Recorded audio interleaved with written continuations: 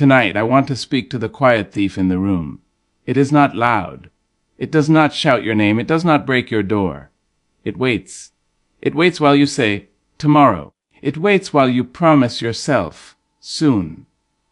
It waits while you rehearse the life you are going to live, instead of stepping into the life that is calling you right now. Its name is procrastination, and it is stealing your life, not in one dramatic moment, not in a single tragic decision, but in 1,000 soft delays that look harmless and feel reasonable and sound intelligent.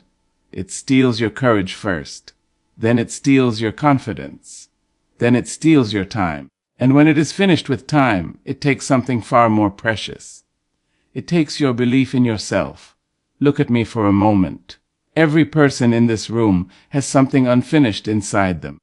Every person listening to my voice right now carries an idea, a dream, a promise, a responsibility, a talent, a calling, or a quiet desire that has been waiting far too long for your permission. Not because you are incapable, but because you keep postponing your own becoming. You do not delay because you are lazy. You delay because you are afraid. Afraid of not being ready. Afraid of being seen. Afraid of failing publicly. Afraid of discovering that you are more powerful than the small life you have learned to survive.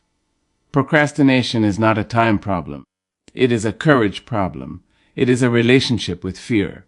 It is the habit of protecting your comfort instead of honoring your potential. And I want you to understand something tonight that may unsettle you, but it may also set you free.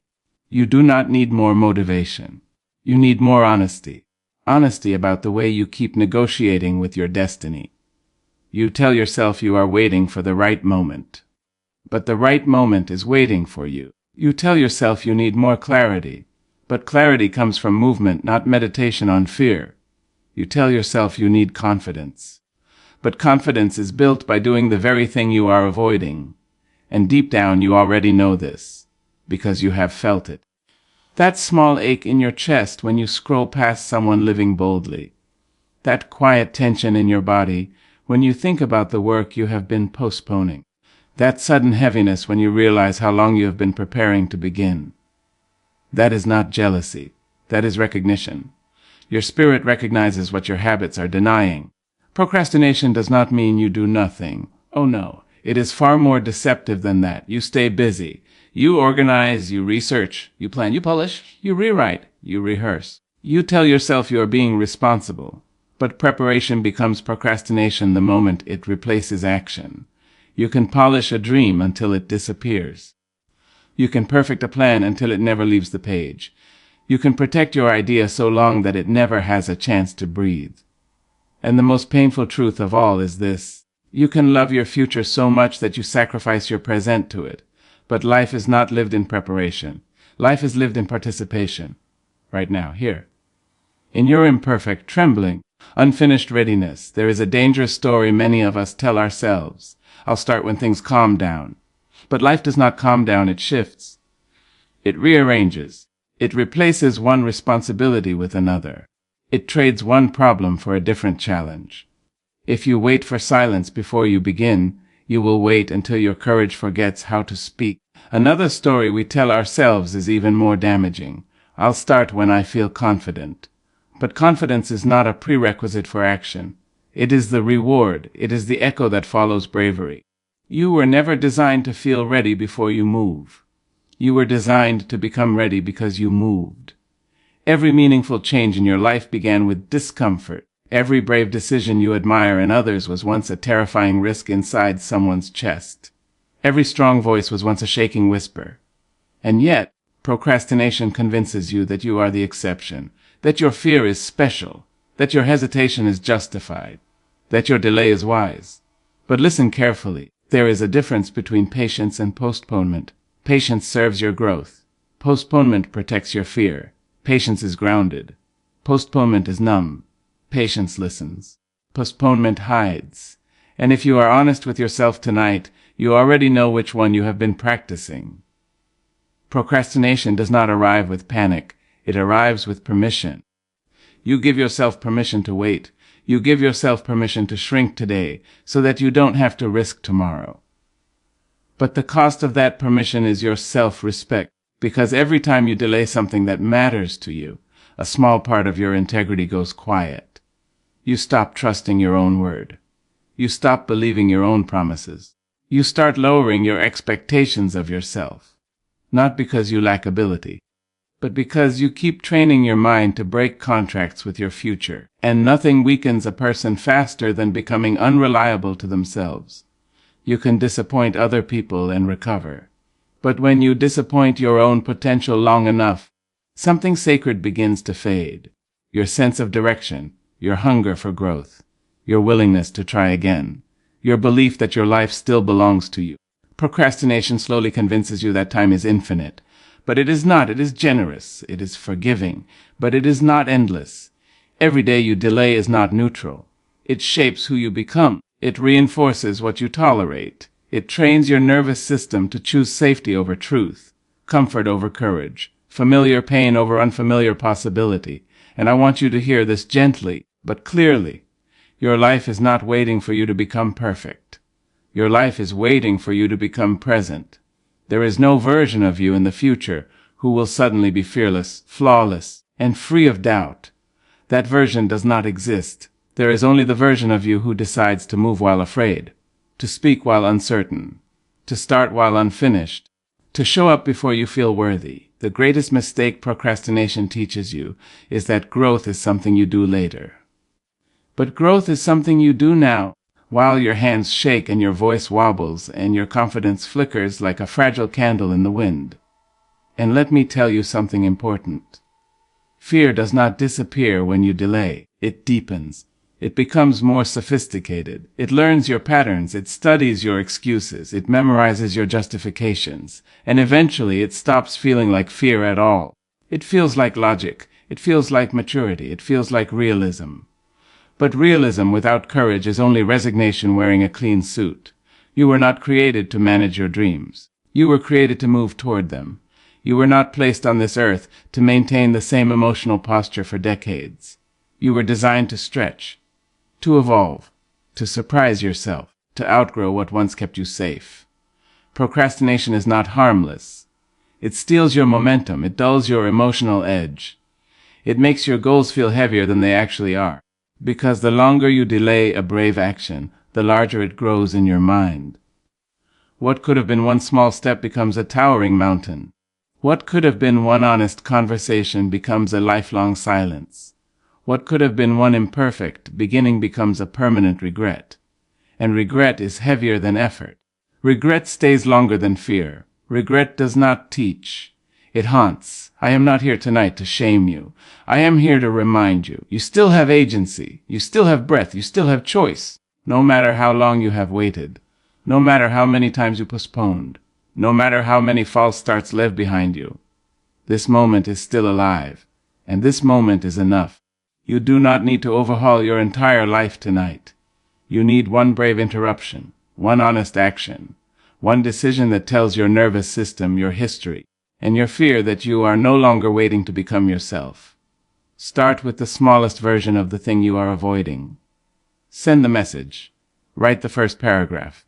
Open the document. Make the call. Schedule the appointment. Apply before you feel ready. Begin before you feel confident. Speak before your voice stops trembling. Because courage is not loud at first. It grows with repetition. It strengthens with evidence. It becomes familiar when you prove to yourself that fear did not destroy you the last time you moved through it. And something extraordinary happens when you finally stop procrastinating your purpose. Your energy returns, your clarity sharpens. Your self-respect rebuilds itself quietly, like a bridge rising beneath your feet. You start trusting your word again. You start believing your promises again. You start feeling like the driver of your life instead of a passenger scrolling through it. Procrastination thrives in isolation, but action connects you to something larger than fear. To movement, to meaning, to your own resilience. You discover that you were never as fragile as your hesitation made you feel. You discover that discomfort is survivable. You discover that failure is instructive. You discover that momentum is addictive in the healthiest way. And most importantly, you discover that your life responds to you. It opens when you knock. It meets you when you move. It rearranges itself when you finally claim your place inside it. Do not wait for a sign. You are the sign. Do not wait for permission. Your breath is permission. Do not wait for someone to believe in you loudly enough to drown out your doubt. Your belief grows when you act, not when you wait. And one day, much sooner than you think, you will look back at this moment and realize something quietly powerful. The day you stopped procrastinating was not the day your life became easy. It was the day your life became honest. It was the day you stopped betraying your own future. It was the day you chose to participate instead of preparing forever. It was the day you reclaimed your time, your courage, and your direction. Procrastination has taken enough from you. It has borrowed enough of your mornings. It has stolen enough of your evenings. It has whispered enough excuses into your tired moments. Tonight, let it lose its grip. Not with perfection, not with confidence, with courage. Not with certainty, with a decision. Your life is still here. Your work is still waiting. Your voice is still needed. And the only thing standing between you and the life you keep imagining is the moment you finally stop waiting to begin. You keep negotiating with your destiny, not with loud arguments, not with dramatic rebellion, not with open refusal. You negotiate quietly. You negotiate in the small pauses between intention and action. You negotiate in the soft space between what you know and what you do. You negotiate in the harmless, looking delay that pretends to be wisdom. Procrastination survives because you keep negotiating with your destiny. You say to your life, not now. You say to your future, later. You say to your courage, wait until I feel safer. You say to your calling, let me get through this week first. You say to your potential, I promise I will come back. And destiny listens, not because it agrees with you, but because it is patient. Far more patient than fear deserves. You were not born into hesitation. You learned it. You practiced it. You perfected it. You trained your nervous system to pause where your spirit was designed to move. At some point in your life, you stopped asking yourself what you wanted to become and started asking yourself what you could safely maintain. That is not maturity. That is negotiation. You do not negotiate with your destiny by saying you do not want it. You negotiate by saying you want it, just not badly enough to change today. You negotiate by keeping your dreams on a future calendar that never becomes present. You negotiate by convincing yourself that delay is neutral. But delay is never neutral. Delay is a decision. It is a quiet vote for the life you already know. It is a subtle agreement with the version of yourself that is most familiar. And the most dangerous negotiations are the ones you never realize you are having. You tell yourself you will start when you have more time. But what you are really saying is that your life must fit around your fear. You tell yourself you will begin when you are more confident. But what you are really saying is that your growth must wait for your comfort. You tell yourself you will act when you are more prepared. But what you are really saying is that your destiny must first prove it will not disturb you. And destiny was never designed to be convenient. It was designed to transform you. Procrastination survives because it sounds gentle. It speaks in reasonable sentences. It uses responsible language. It wears the voice of practicality. It says, this is not the right moment. It says, you need to think about this more. It says, be careful. It says, don't rush. It says, you still have time. And the problem is not that these words are always wrong. The problem is that fear hides inside them so well. Negotiation begins the moment you start asking comfort for permission to grow. Negotiation begins when you allow your emotional safety to become your primary advisor. Negotiation begins when you treat uncertainty as a threat instead of a doorway. You do not realize how often you are bargaining with your own becoming. You say, I will change when life becomes less complicated. But life does not become less complicated. You become more capable. You say, I will pursue this when I feel stronger. But strength is a consequence, not a requirement. You say, I will take the risk when I know it will work. But faith does not operate on guarantees. You are not waiting for clarity. You are waiting for certainty. And certainty does not belong to transformation. It belongs to repetition. It belongs to routines. It belongs to what you already know how to survive. Your destiny does not require you to be fearless. It requires you to stop negotiating with fear as if it were a trustworthy advisor. Fear is not a prophet, it is a protector. And sometimes protection becomes a prison. You have trained yourself to ask the wrong questions. You ask, what if it fails? But you rarely ask, what if I never try? You ask, what if I embarrass myself? But you rarely ask, what if I disappear inside my own potential? You ask, what if people judge me? But you rarely ask, what if I spend my life shrinking so I never disturb anyone? Procrastination survives because negotiation is comfortable. Negotiation feels intelligent. Negotiation feels like you are still in control. Action feels wild. Action feels exposed. Action feels like standing in front of your own truth without armor. You have become very good at postponing your own courage. You postpone the conversation that could heal something. You postpone the boundary that could protect something. You postpone the project that could free something. You postpone the change that could finally align you with the life you keep imagining in private.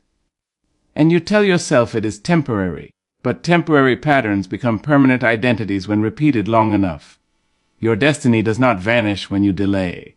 It waits, but waiting is not the same as preserving. Some doors respond to timing. Some opportunities respond to readiness. Some paths respond to courage. And some doors respond only to the version of you that you keep postponing. You negotiate because you are trying to stay in control. But transformation does not ask for control. It asks for participation.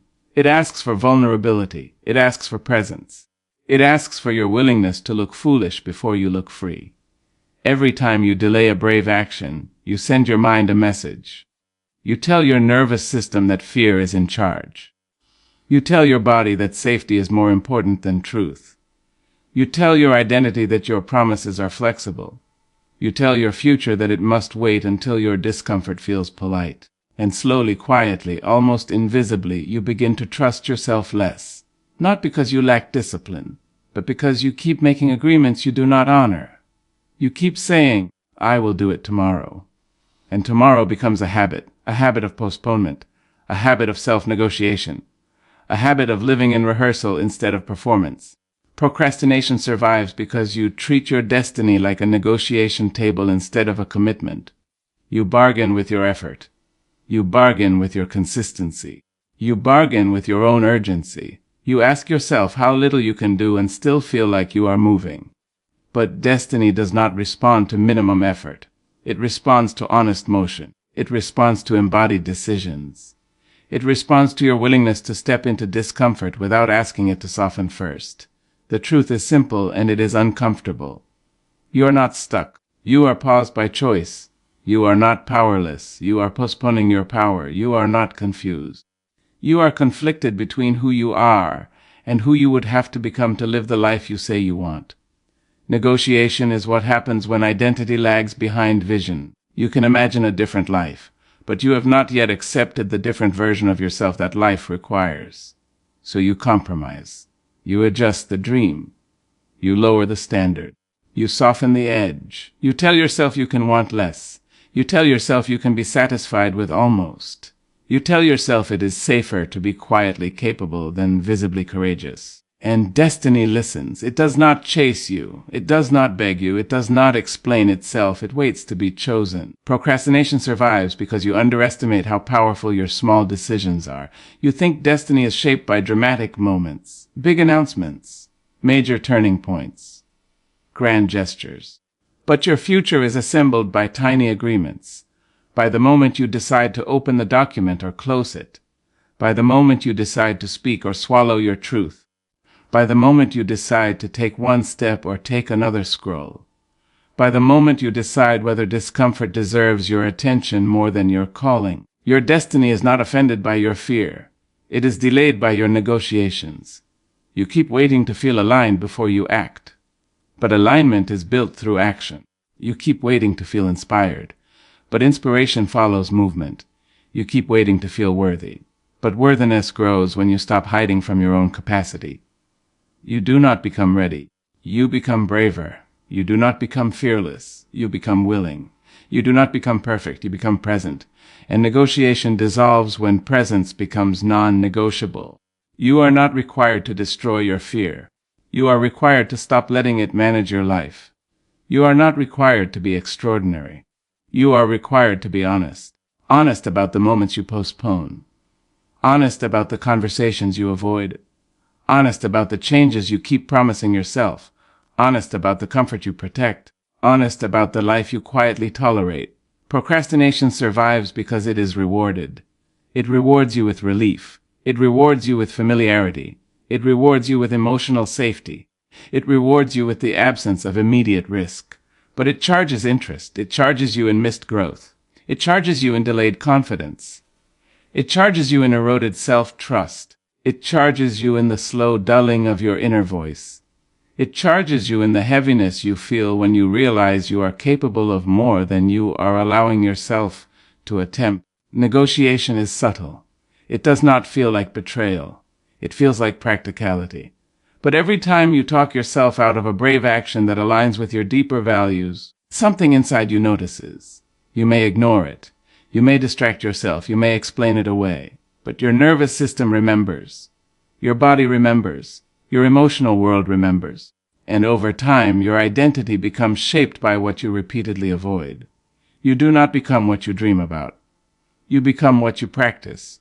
You become what you tolerate. You become what you consistently postpone. Your destiny is not fragile. It does not break because you hesitate. But you become smaller when you stop showing up for it. You become quieter. You become less demanding of your own potential. You become more skilled at explaining why now is not the right time. You become fluent in delay. And fluency in delay slowly replaces fluency in courage. You were never meant to negotiate your way into a meaningful life. Meaning requires commitment. It requires friction. It requires emotional risk. It requires repetition. It requires humility. It requires you to step into rooms where you are not yet comfortable. It requires you to speak before your voice feels polished. It requires you to try before your skill feels impressive. It requires you to begin before your confidence feels stable. Negotiation is attractive because it gives you the illusion of progress. You think about change. You read about change. You plan for change. You imagine change. But change is physical. It is behavioral. It is visible. It shows up in your calendar. It shows up in your routines. It shows up in your boundaries. It shows up in your choices when no one is watching. Procrastination survives because you confuse thinking with doing. You confuse understanding with embodiment. You confuse intention with integrity. But destiny is not impressed by insight. It is shaped by consistency. You do not need a breakthrough. You need an interruption of the pattern that keeps negotiating your growth. An interruption of the habit of delay. An interruption of the reflex to wait. An interruption of the story that says you must first become someone else before you begin. You are allowed to start as you are. You are allowed to be inexperienced. You are allowed to be uncertain. You are allowed to be imperfect. You are not allowed to keep betraying your own future under the disguise of caution. Your destiny is not asking you to abandon your responsibilities. It is asking you to stop using them as hiding places.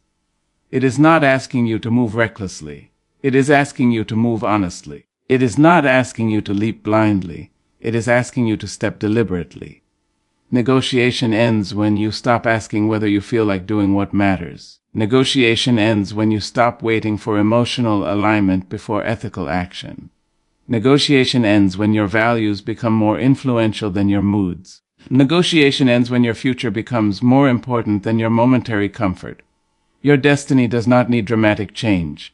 It needs daily loyalty. It needs consistency when excitement fades. It needs discipline when motivation disappears. It needs courage when doubt becomes persuasive. It needs presence when distraction becomes tempting. You keep thinking you need a different personality to live a different life. But what you need is a different pattern. A different response to fear. A different relationship with discomfort. A different standard for your own integrity. Negotiation dissolves when your self-respect becomes louder than your hesitation. When your identity shifts from someone who plans to someone who practices. From someone who imagines to someone who implements. From someone who prepares to someone who participates. You are not behind. You are not broken. You are not too late. But you are negotiating. And negotiation keeps your destiny waiting at the edge of your courage. watching to see whether this moment becomes another delay, or the moment you finally stop bargaining with the life that has been calling you through your restlessness, through your frustration, through your quiet dissatisfaction, through the part of you that already knows what you must do next, even as your hands hesitate, even as your voice trembles, even as your certainty wavers, even as the familiar pull of postponement whispers for one more day, one more delay, one more careful excuse, one more soft negotiation with the truth you already carry inside you.